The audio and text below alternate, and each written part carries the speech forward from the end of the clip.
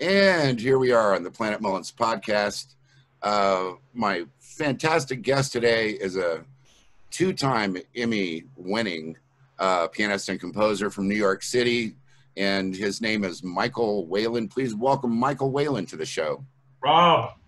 Hey, and your new album, Sacred Spaces, is doing all kinds of amazing things on the internet and on the charts, and let me read a little bit about it from an interview. His newest album, Sacred Spaces, is 10 wonderful tracks of scintillating, percolating electronica, a treasure trove of intricate sounds, layers, and textures. Woohoo! Woohoo! Yeah, so that's from Diane Garris at Best New Age CD. So your music is basically in the New Age category then? Yeah, I'm not sure where to put it, but I guess I've been a New Age guy forever, so I guess that's what it is. This record is definitely pushing on a lot of different influences. I would say my film and TV work, which I've been doing for more than 30 years. Wow. I love world music, so there's lots and lots and lots of those textures. And then I think this album is the first time that I figured out how to combine my career as a sound designer for commercials and creating sound design as a recording artist. So when I did this album, I actually created more than 800 new sounds for the album. Wow. Now, for people who aren't studio people or necessarily, film and TV people, but I want to get into that whole thing about the Emmys too today.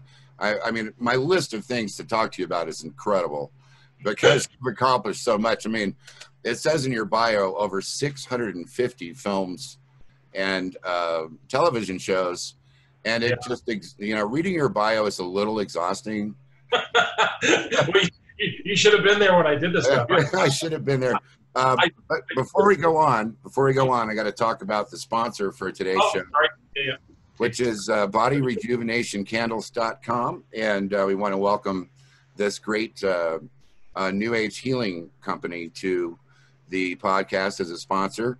Candles with a purpose, to emit light and to moisturize and rejuvenate the skin as a lotion. They are incredibly therapeutic for dry skin, and you can find them at bodyrejuvenationcandles.com. I use them, I love them, and you're going to love them too. Okay, so Michael, sound design, what is that to a layman? What does that mean? Okay, so sound design is a term that has been, in my personal opinion, abused a little bit. If you're a sound designer for a film, or a TV show, you're the guy who's creating sound effects, editing sound effects, creating like what's needed. So like when you watch Jurassic Park and you see the dinosaur roaring, somebody made that sound because that doesn't exist in the world. So that's sound design for film. Sound design for a commercial is anything having to do with sound, including music. So very often a composer for a commercial will score the music and then cut the sound or create sound. So I see. Catch-all term, sound designer is what, advertising people sort of bandy around for the last 30 years. So. Well, it certainly looks like from the view into your studio that you've got plenty of tools to do some sound design. Yeah, and the bad thing, Rob, is that the angle isn't right because you can't see the other sort of half of the room, which is even more distressing. So even more distressing. Only a New Yorker would say something like that. Oh, yeah. But I see a Fender Rhodes there. Yes. And I looked for this Mark V for a long time before I bought it. So man, I love a great Rhodes, and I'm at the producer wing of all digital, everything in the box now because I'm just traveling all the time, and I like to be able to stop in the middle of Utah and do a session in the truck. So my Rhodes is one that I got virtual Rhodes plug-in off the internet, but nothing sounds like those real machines you've got there. Now, what's the one above that? Tell us about the one right above. This is a Waldorf Quantum digital synthesizer I have been a Waldorf fanatic for a very, very long time, like 25 years. And I will say, I know people are going to write me emails when I say this next statement. I would say this is probably the best synthesizer they've ever made. So the Quantum is amazing. And then on top of that is a Moog 1, which is the new polyphonic synthesizer they made last year. Absolutely amazing analog synthesizer. Wow. And then what's that stuff all the way in the back by the Yankee Stadium station? So in the back is a C15 digital synthesizer made by a company in Germany called Nonlinear Labs. I actually spent 2 hours on a Skype the other day with the guy who invented the synthesizer. Wow, cool. So he's like giving me all the inside stuff. I mean, it's FM digital, and it also does physical modeling, and it's an incredible synthesizer. And then below that is modeling. Now, is this the new one you've been talking about on Facebook that you just got? I just got that, and then tomorrow I get the big mama, the Mondo one. So wow. Yeah, it's gonna upset a lot of people. Yeah. Well, I want to kind of dive into some of your formula for success, if there is such a thing that you use, because, I've been in the jazz world and kind of dabbled in new age throughout my career, but pretty much everybody in music knows that jazz is something that's one of the least profitable fields of music to go into. And it obviously looks like, you're one of the more successful keyboard players. I mean, look at all the stuff and look at all the credits. And is there any sort of a success strategy or advice you could give to piano players or people wanting to be Michael Whalen when they grow up? Sure. I mean, I think when you and I were coming up, I think we were trained to be specialists at whatever that thing was. And I think the people who are successful now are generalists. Oh. They're people who do 3, 4, 5, 7 things. So like my kids who are in college right now, they are very good at a few things, but then they do 15 other things. Wow. So, so I have tried very hard to kind of take after my children and try to get my skill set as wide as I possibly can. So, I mean, as a composer and a sound designer, that's fine. I also run a record company. I'm an expert on digital copyrights and digital media. I've worked with many, many artists doing artist development and marketing. I've been the head of marketing for 2 companies. I can edit, I can shoot video. So it's... Yeah, your videos are great too. I mean, it's, do you do all of that video producing on your own? I do.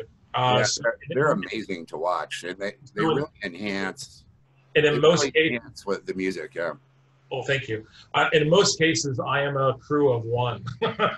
So it's like and I'll shoot most of it on my iPhone. And I have, truth be told, I have a couple of like foofy lenses that I can kind of put on my iPhone. But a lot of it has to do with lighting. A lot of it has to do with angles, and and I don't know. I mean, I've just been very, very lucky with that. But I think 2 things. I think this idea that artists are still holding on to this need to sell things to validate themselves is a killer. I think my success has to do with the fact that I was a very, very early adopter to downloading and streaming. I think the people who are still talking about like selling CDs and all that stuff, it's just like, guys, it's almost 2021. The record labels are making more money than they ever have made ever because they have gotten very serious about data, metadata. And they are in the business of trafficking data. So, so beyond whatever people have to say about Spotify and, everyone has an opinion about all that stuff. Right. I think the successful artists, I think the people who are making careers at this are people who are willing to say, you know what, streaming's the way. Let me get up to speed on this. Let me become a real specialist in the world of data. So that's number one. I think the second thing is you have to figure out how to use social media. One of the things that I work with the most with our artists at Mindstream is social media and people's reticence to talk on social media or engage with their own people. And it's like social media is a bridge between you, the artist, and your people. And so if you're not going to use the bridge, then I think you're throwing out a huge potential. Maybe it's not a profit center, but it's a conversation starter. It's a way of getting people interested in what you're doing. And you can kind of create your own narrative without spending $1 zillion on marketing. So would you rather spend social media, or do you want to spend the time on marketing where you're not sure what the results are going to be? Mm-hmm. Well, is Mindstream the name of the label that you're running then? Yes. So Mindstream is the new name of a company that used to be called Real Music, which was a company from California that's been around forever. We bought them about 1.5 years ago. We changed the name to Mindstream this year. And we've taken on a very different ethos than Real Music, because I think what we're doing is, instead of talking about style like New Age, what we're doing is we're going to the listener and we're saying, how does this music work in your life? So we have 5 different aspects: sleep, relaxation, focus, movement, and body rejuvenation candles. Body rejuvenation with the candles, exactly. So, but the bottom line is, it's all about creating a soundtrack for our listeners to have a balanced life, to have a life that's about mindfulness. And I think mindfulness is really about being present for your life. Are you awake to your life? Are you experiencing your life in such a way where you can actually connect with the people in your life and you are aware of what's happening? And I think we're creating music that certainly during this whole pandemic, I mean, lots of people have found our music, and we've gotten great feedback from people who are relaxing and finding time to take care of themselves in a way that maybe they didn't before, when they were just going to work and rushing through things. Well, as a composer, do you specifically sit down with the purpose sometimes? Because my compositional process has always been something that just pops into my head, and I'll be on the freeway or I'll be sleeping or whatever, and I have to get to a computer or leave myself a voicemail. And it's like, I call it KROB radio. It's just all this new stuff playing all the time. And I don't really I like that. That's funny. That's good. I'm not really that organized with it, but when you're running a label such as you are, with the purpose of giving people a healthier life and a better sense of themselves, I guess you have to break the composing thing down into specific types of healing and meditation and other purposes, right? Well, yeah, but I do want it to start with the artist and what do they want to do. Uh-huh. And so, I think our artists have been thrilled with the idea of not being shackled to a style. Because it's just like, if someone says to me, well, your music's New Age, all of a sudden you've got 40 years of baggage about whatever you think New Age sounds like, versus, you know what you should do? You should put on Sacred Spaces. You should lie down, close your eyes, and just go for a trip. Just go for, and wherever it takes you is where it takes you, and let yourself relax to it, and listen to all the sounds and listen to all the stuff that happens in the 53 minutes or so of the record. It's really exciting, though. I mean, that's the thing about New Age and relaxing, that it, from the way early days of that, where it would just be like Stephen Halpern playing an A minor chord for 30 minutes to, and I know Stephen, how are you? He's a friend of mine, and he's done very well with that A minor chord, by the way. Yes, he has. He's done very well. But, New Age does have kind of a stigma and a history, and like you said, baggage to it. And when I listen to your music, there's just so much environmentally happening in it. It is almost like taking a trip to outer space and back, because there's so many layers and there's so many so many textures and so many different kinds of, I guess they call it ear candy maybe or something. Ear candy. That's right. That's what Quincy Jones used to call it. He put some candy over on the left. He put some candy over on the right. No, God, yeah. I'm gonna die knowing that I will never be anywhere as close to being as cool as Quincy Jones. Well, let's talk about Quincy Jones just briefly, because one of our mutual buddies, Greg Selsa, who's the one that connected you and I in the first place, goes up to Quincy's house a lot. Wow. And I don't, I'm not on that list, so I don't get to go up there. I've offered to drive. I have a nice car. I've offered to drive him, but Greg's like, no, it's okay. I'm just going to go, But there was an interview that Quincy did a year or so ago. It might be 2 years by now, where it was kind of a just free for all, no holds barred thing where he just really just kind of went off on everything in the music business. And recently I was discussing with an associate of mine, we got into a Quincy Jones talk about how he's been so successful. He's done all this stuff. And I said to her, did you see that interview that he did? No, I had no idea. And I found it on the internet and emailed it to her, and she was just in shock. Like she wrote me back and said, I'm shocked and appalled. Shocked and appalled. Well, he's gotten to a point in his life where he doesn't have to sort of play games and kowtow to anybody. Right. He's a legend. He's always going to be a legend. I mean, the work the guy's done is unbelievable. That documentary that his daughter Rashida made is absolutely unbelievable. It's fantastic. I haven't had a chance to see that. And for me, I look at that and there is a reason that Quincy is Quincy. And I think it has to do with like where the bar is. It's like, I know a lot of musicians, and I know a lot of people who have played on Quincy dates and whatever. And, and he gets, some flack for not necessarily like having parts for everybody. And like, sometimes you guys are, you have to kind of like figure your way through things or whatever. Uh-huh. But the bar is here, man. Like it's, and he knows what he wants. He knows what he wants to hear. And I think for myself as an artist, I think, I'm very happy with Sacred Spaces because I think it's a culmination of a lot of things I've been putting together. But at the same time, it's like, that's where the new bar is now. Okay. But now it's, I've done this, now where do we go? It's not like, hey, I've done this, I'm going to go take a vacation.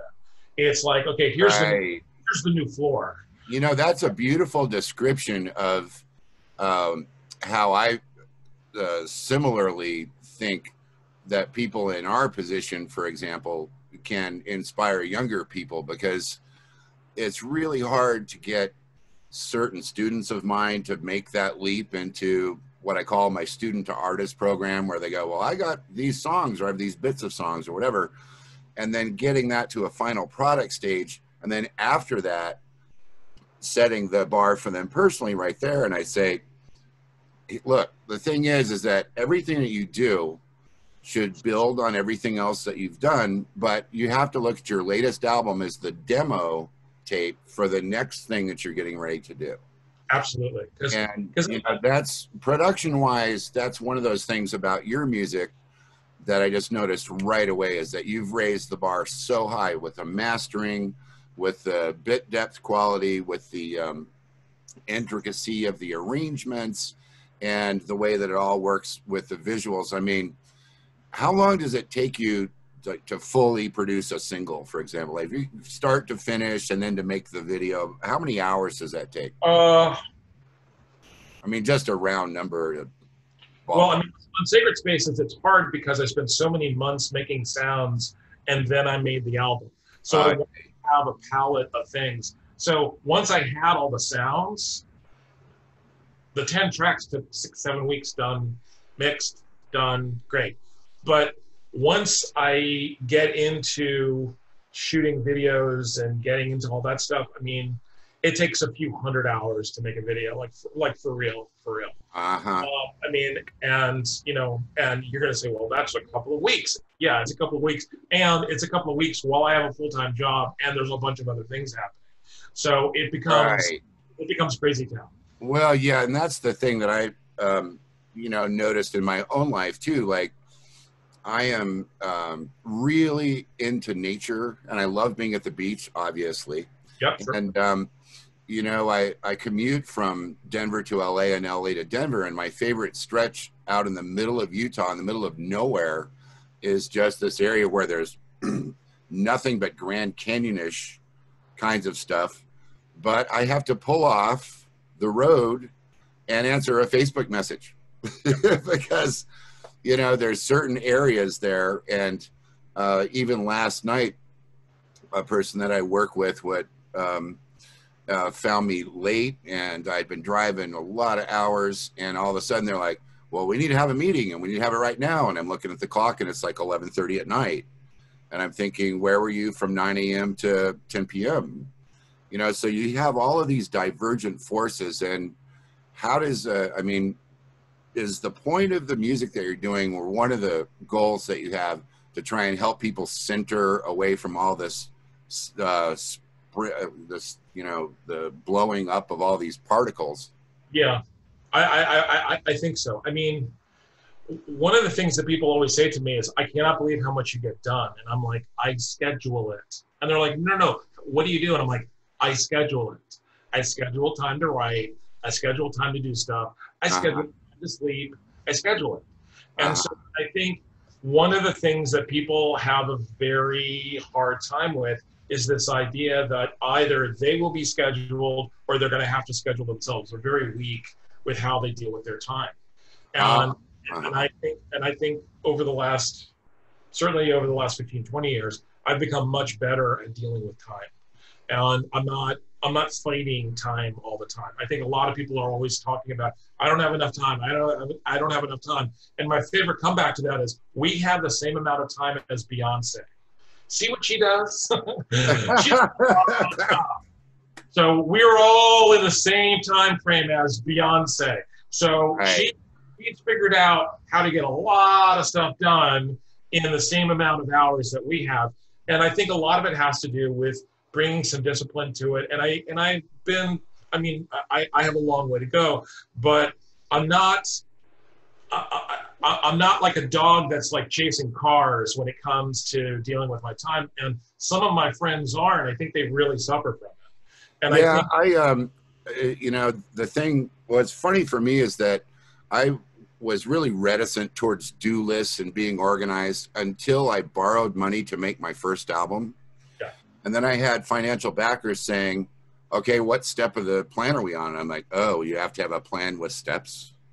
Yeah. I just thought we were just going to show up and play my songs.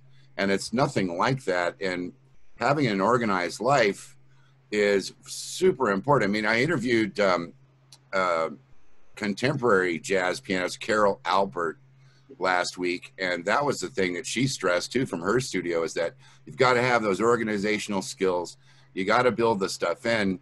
But what I really enjoy is being able to step away and schedule time offline. You might see on my Facebook page from time to time, I'll post at like 2 p.m. I'll say, I just spent 5 hours offline and it was freaking awesome. Because you got to have that separation too. Now, are there any artists on your label that really stand out that you want to share with anybody? I think there was Sure. I think there's a bunch, but my friends 2002, they are a family group, a father, mom, and a daughter. They've been around for way more than 20 years, and their last record came out in April. It's just beautiful. Right. We also have an artist on the label named Liquid Mind, who is pretty much the top sleep artist in the world. So his stuff is used all over the place, and it's also used by a lot of sleep doctors and sleep clinics. Wow. And so is that a new genre in music that's recently sprung up, like the sleep genre or something? Well, I think it's been around for a while without a name, and now it's being given a name. I think there's people who are kind of sort of messing around with it. And I think they're doing two things. I think on the one hand, they want to try to create music that's going to help slow down your heart, and you release, you release the hormones so you can like go to sleep and all that stuff.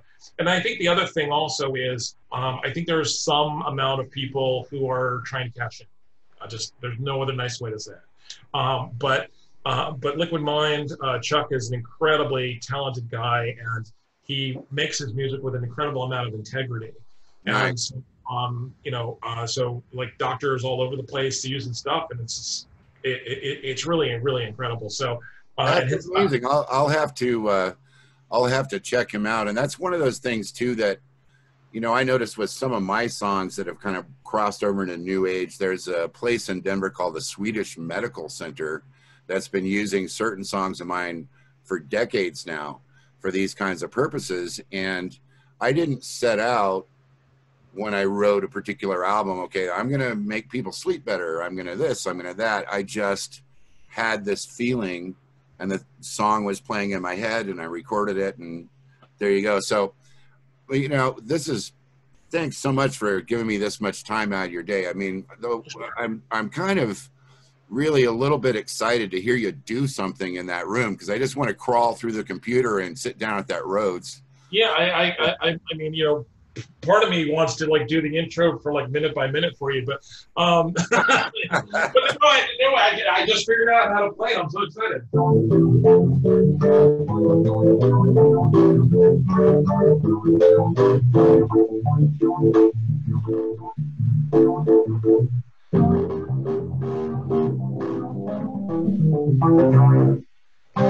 So.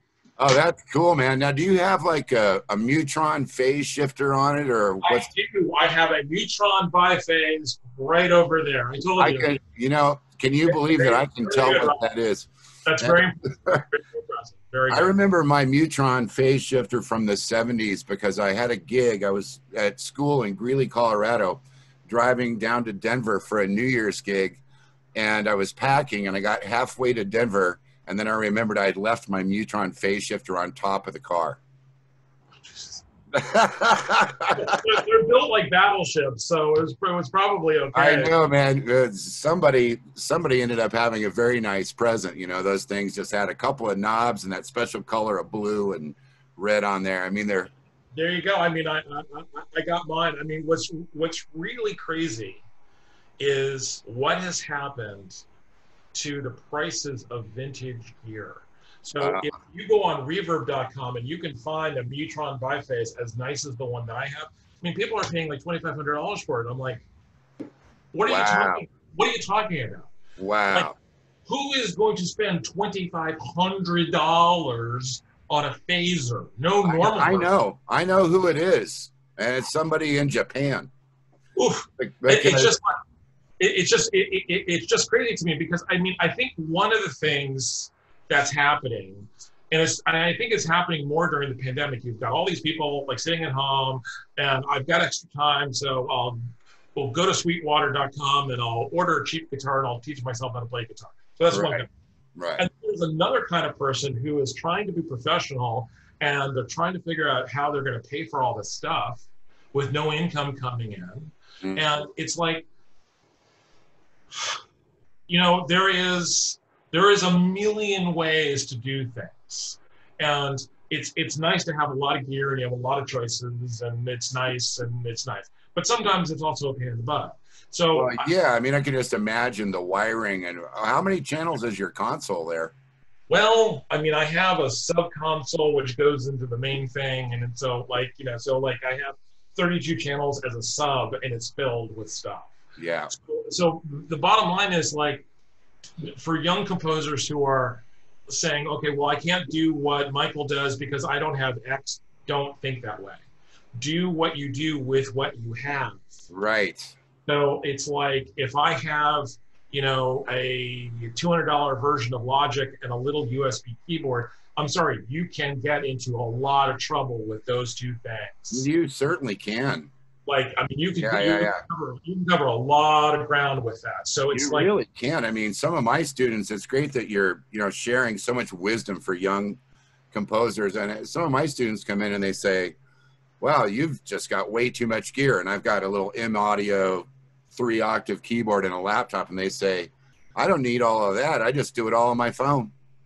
And they're singing right into their phone and doing multiple background tracks and making their own boom bap, you know, bass drum, snare drum thing vocally, and then using flex time to slow pitches. No. I just, here's the bottom line. And this is going to sound a little bit like an old man comment, so I'll go there. I mean, I have seen kids in high school and college do all kinds of damage on phones and iPads and all kinds of stuff. Yeah. I do think that how you play something, the visceral experience of it, makes a difference. So if you're wondering why I have all this stuff in my studio, it's because I make different choices with hardware like this than I do with virtual stuff or even just working on an iPad.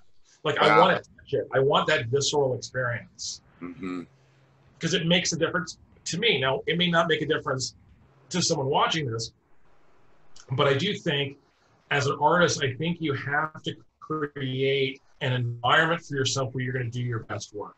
So I walk into the studio, and this studio is like, it's like driving like an Italian sports car. It's like, where are we going today? What are we doing? Here we go.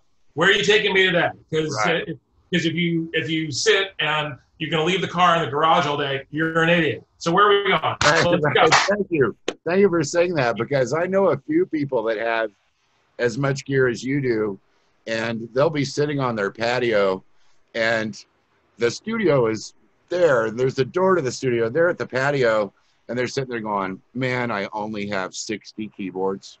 I can't believe I can't get that 61st keyboard, and then I'm going to finish my song. Yeah. And I'm just going, dude, you know, just speaking of the old man thing and the OG thing, I tell people, I was telling somebody this on Sunday, I was at a studio with a guitar player, who's getting ready to do his first thing, and he was playing me bits and pieces of his material, and I said, well, the thing is I can't find one. I don't know where the downbeat is with what you're playing. Like, and when I started out, I had a practice pad. I started out playing drums. I got a little replica thing here. I don't know if you'll be able to see this or not. These are hilarious. Those little coasters. Oh, nice. There you go. Yeah, there you go. I had a little practice pad and a book and a metronome, and that was the first year. That was it. And I didn't have a drum. I wasn't allowed to have a drum until I could count and I could play in time and I do all this stuff. And then it was one step at a time. I was able to mow lawns and buy a snare drum. Then I mowed more lawns, and then I bought a drum set, and then I bought a guitar, and then I played a little bass, and I got a school sax. And you know the drill, because why would you depend on having 60 things in your studio when you can't play a single one of them? And, you know, it's a cumulative, learning is a very cumulative thing. Well, the thing is that it's like, my studio is 10 feet by 12 feet. And I get more done in this room than most people that I know who have those huge California studios. Like, I just finished doing a film score for a guy named Matthew Diamond, who's an Oscar-nominated documentary director, and we knocked that out in 3 weeks, and and a lot of music, and the whole thing here is about workflow. So you know, I spent a lot of time saying, how do I want to work? How do I want to work? So one of the things that I made a decision is no more patch bass. Patch bass drive me crazy. So no more patch bass. Everything's on a fader. I put up a fader. I'm recording. Let's go. So long story short, I think a lot of people don't ask themselves questions. I think what they do is they look at how other people do it and then they try to fit themselves into someone else's box, versus create the structure for yourself that's going to empower you. Because the way you ultimately decide to work is going to be just as unique as the music you write. So, wow, that's brilliant. So I have a pretty easy setup, because I don't want to spend any time patching anything or wondering if anything's going to work. It's just like, here we go. I got an idea. I got a sound. Let's go.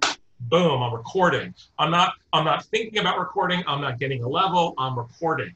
Right. Now, speaking of recording, are you using Pro Tools or Logic, or what software do you use? I am a Logic guy right now. I am under an enormous amount of pressure from my Hollywood composer friends to switch to Cubase, and then I have other friends who want me to go to Pro Tools. I mean, honestly, I switched to Logic 6 years ago. Okay. 7 years ago, 6 years ago. But what I did was, I took a class. I went downtown. I took a class on how to use Logic, and I was the only person in the class. I felt like a total idiot, and it was the best. It was the best money I had ever spent. Because, I mean, I've had synclaviers, I've had Fairlights, I've had all kinds of crazy stuff, and no one taught me how to use it. I just figured it out kind of on the thing. You can't really do that with Logic because the program is just too deep. It's too deep. And so deep, man. And you can't learn, and there's another thing too. I'll jump in and support you with this taking a class thing, because, you and I have both done a lot of, we've got a lot of accomplishments in this and that, but all the time I'm telling my students and my associates, when I don't know something and I don't know how to do something, or I don't know how to work a piece of gear or some software, the first thing I do is find the person who knows how to do that, and then I become their student.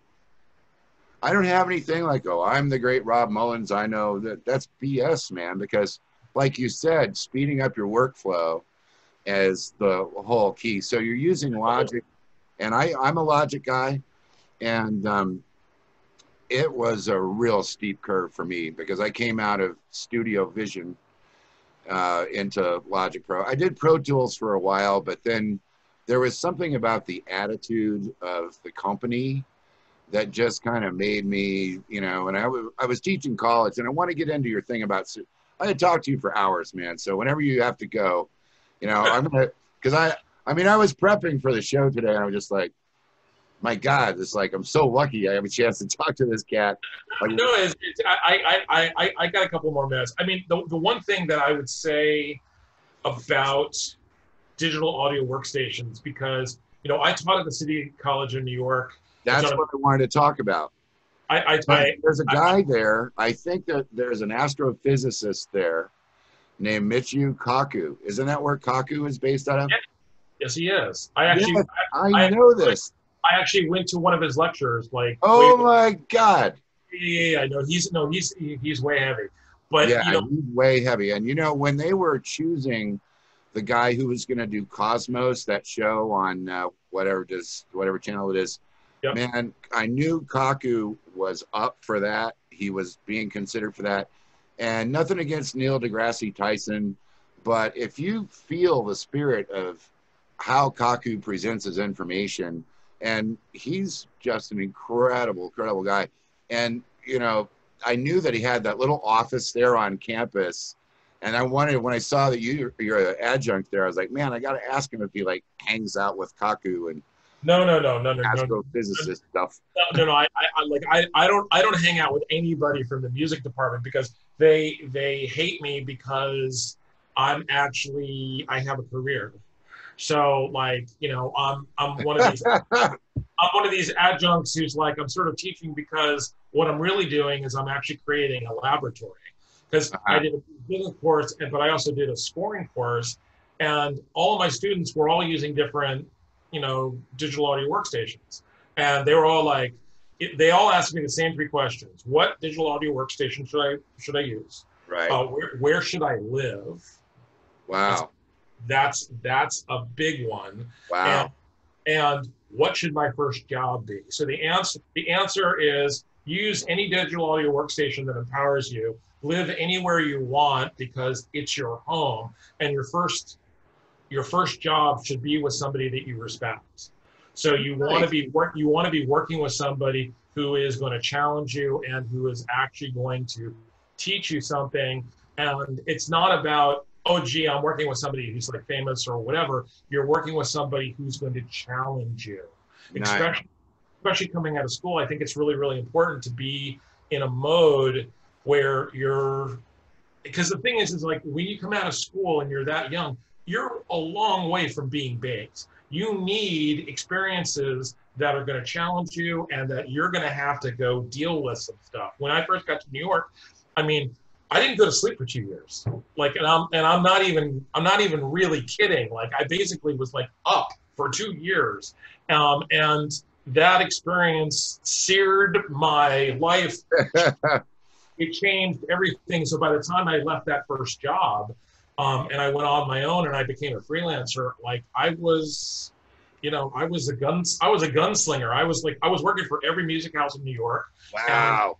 I had a Sinclair in my apartment. Wow. In my little spare bedroom, and I was 22 years old.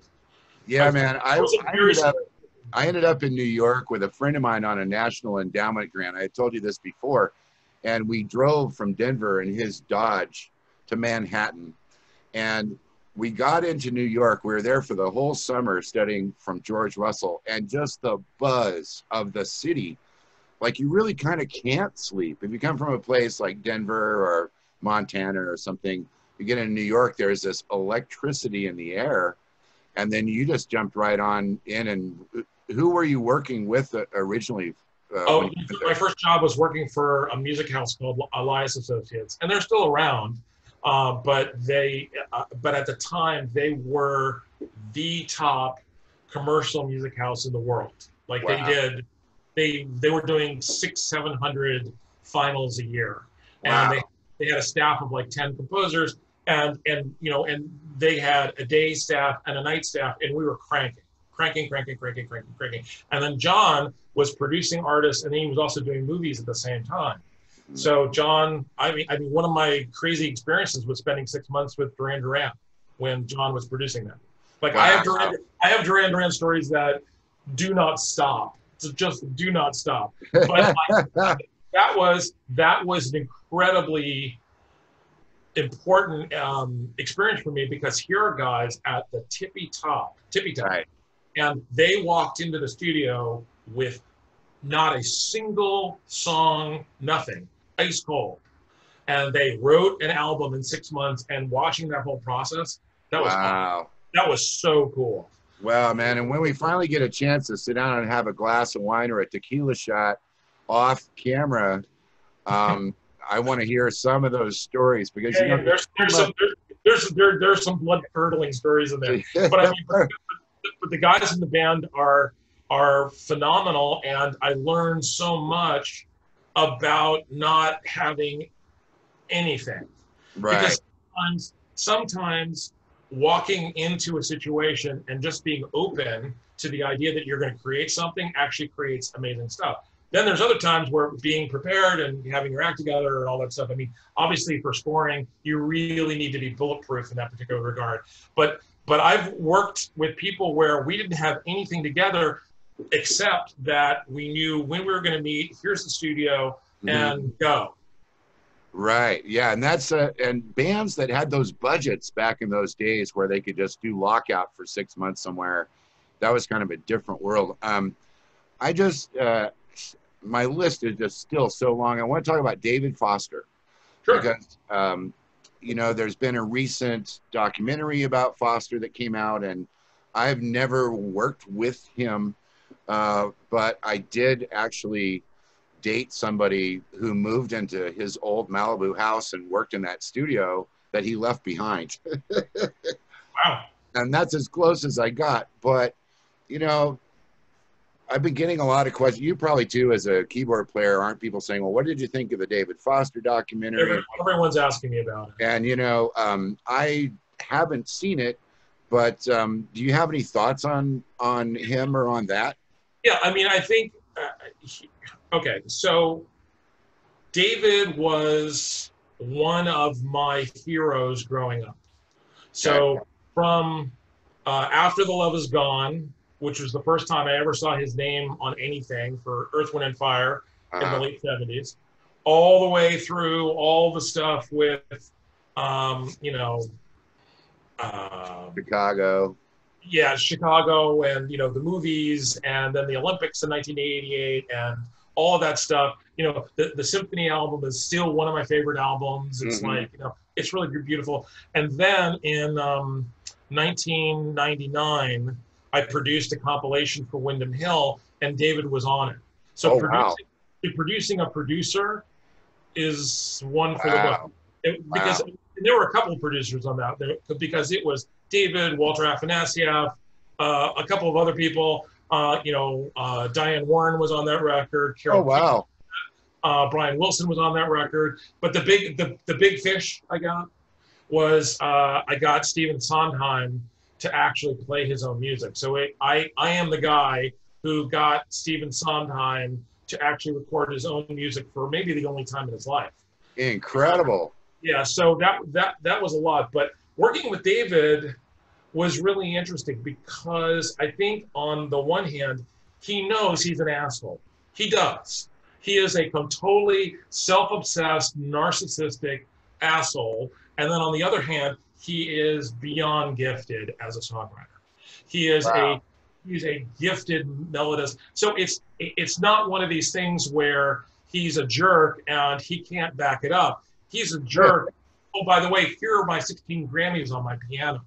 I mean, it's unbelievable, as you say, the historic influence that he's had, and the amount of creative ideas. I have a favorite production that he did, and it's Barbra Streisand, Somewhere. Absolutely, and he talks about it in the documentary. And that thing, and I don't really I would rather deal with a person who's really headstrong and knows what they want to do. And it's like the Ted Turner idea, from CNN, lead, follower, get out of the way.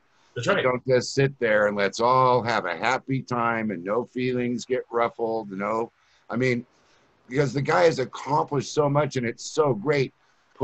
To me, I just say, put aside the personality, because I used to work for the Crusaders guys. You remember the Crusaders?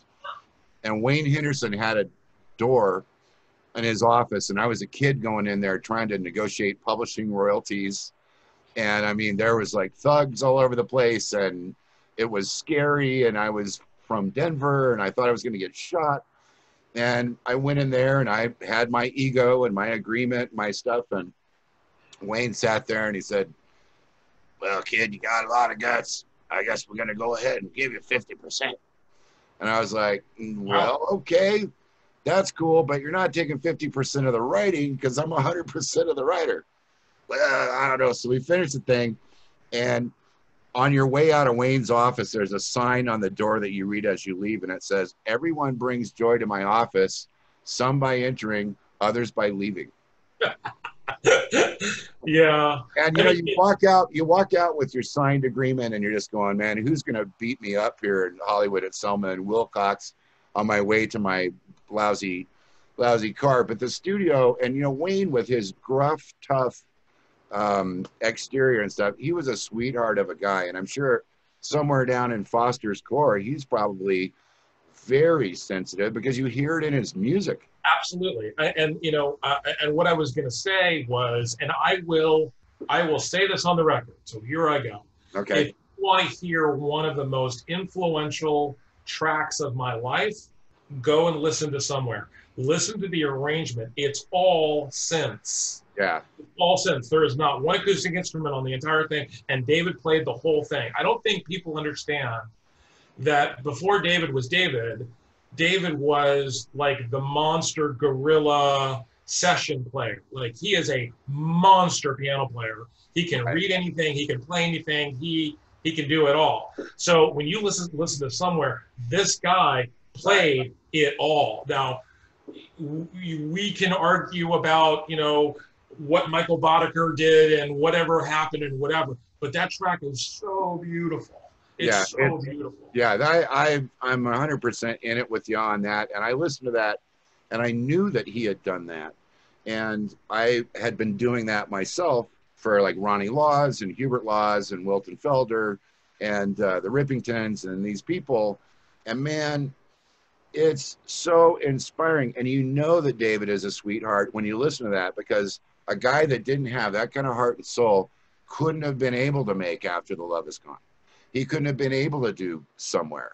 So I'm a Foster fan. And I guess at some point when things slow down, if they ever do, I'll watch the documentary. But I would much prefer to work with a person of that level, you know, than to just have well, we got a touchy-feely, warm feeling here. We haven't recorded anything good, but nobody's upset about anything. And gosh, aren't we just all socially great? The last point before I actually do have to go, but the last point I want to make, whether it's Quincy Jones or David Foster or any of the music we're talking about, take the technology away. All of this music is built on a foundation of being great music. And then you bring the technology to it. So for Sacred Spaces, like I wrote all that stuff. It was actually going to be an orchestral project. So a lot of the themes, a lot of the things that I was developing was living in a very kind of like, I think, pretty strong sort of musical house. So when I decided to make an electronic project, the foundations were there. So what I'm saying to all the people who are like sitting down with their digital audio workstation and they're going to play with some loops and see what happens, your music's going to be crap. Like you're going to have to sit down and actually develop the piece, create the piece, however that is, just the structure of it, get it right, and then throw the technology at it. It will be a completely different experience for you, because I think without having the underpinnings of a strong musical thing, then it just becomes a lot of noises. Right. You know, I feel you on that. Well, yes, I know we only have about 75 seconds left. Could you play us a little snippet of something from the new record before we go? Oh, sure. This is Michael Whalen, everybody, and the new album is called Sacred Spaces. And he's up for a Grammy nomination this year. He's already won 2 Emmys, and now he's going for a Grammy. So I got to go for part 2 of my EGOT. So there we go. So actually, just talking about music without all the technology. So there's a piece from the record called Ordinary Miracles, and here's the underpinning of it.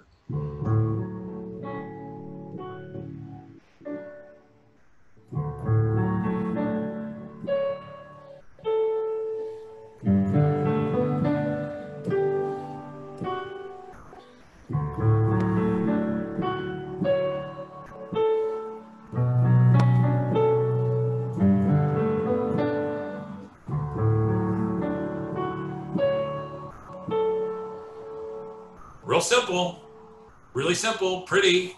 Right. And then when you listen, but I can tell in listening to the way that you're interacting with that instrument that you're a trained musician, that you have a vibe, and you're very touch sensitive to that instrument. And it's really exciting. Hey man, I can't thank you enough. I hope we get a chance to do this again.